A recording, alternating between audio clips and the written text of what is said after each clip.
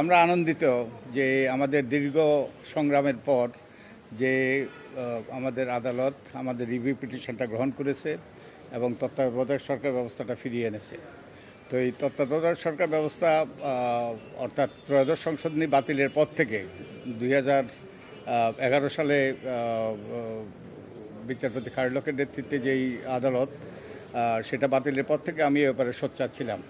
আমি বহু লেখালেখি করেছি, একটা বইও লিখেছি। আপনারা জানেন যে এটা একটা যে অসাংবিধানিক রায় ছিল, এটা ত্রুটিপূর্ণ রায় ছিল এবং এর পরবর্তী যে পঞ্চদশ সংশোধনী পাশ করা হয়েছে সেটার ব্যাপারে আমি প্রথম বলেছিলাম যে ওটা ওই যে both legitimacy and legality was questionable 2013 সালে বলেছিলাম।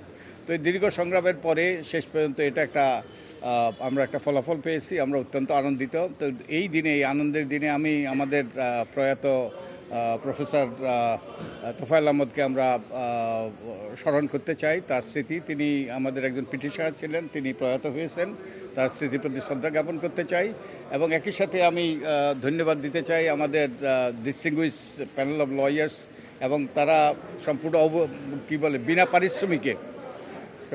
পারিশ্রমিকে এই কাজটা করেছেন দেশের স্বার্থে, মানুষের কল্যাণে।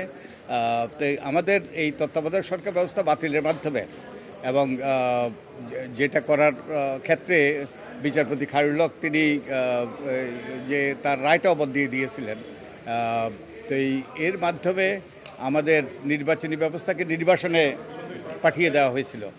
আমাদের এই তত্ত্বাবধায়ক সরকার ব্যবস্থা বাতিলের মাধ্যমে নির্বাচন ব্যবস্থাকে নির্বাসনে পাঠিয়ে দেওয়া হয়েছিল, যার ফলে তিনটি নির্বাচন আমাদের বিতর্কিত নির্বাচন হয়েছে, জালিয়াতি নির্বাচন হয়েছে।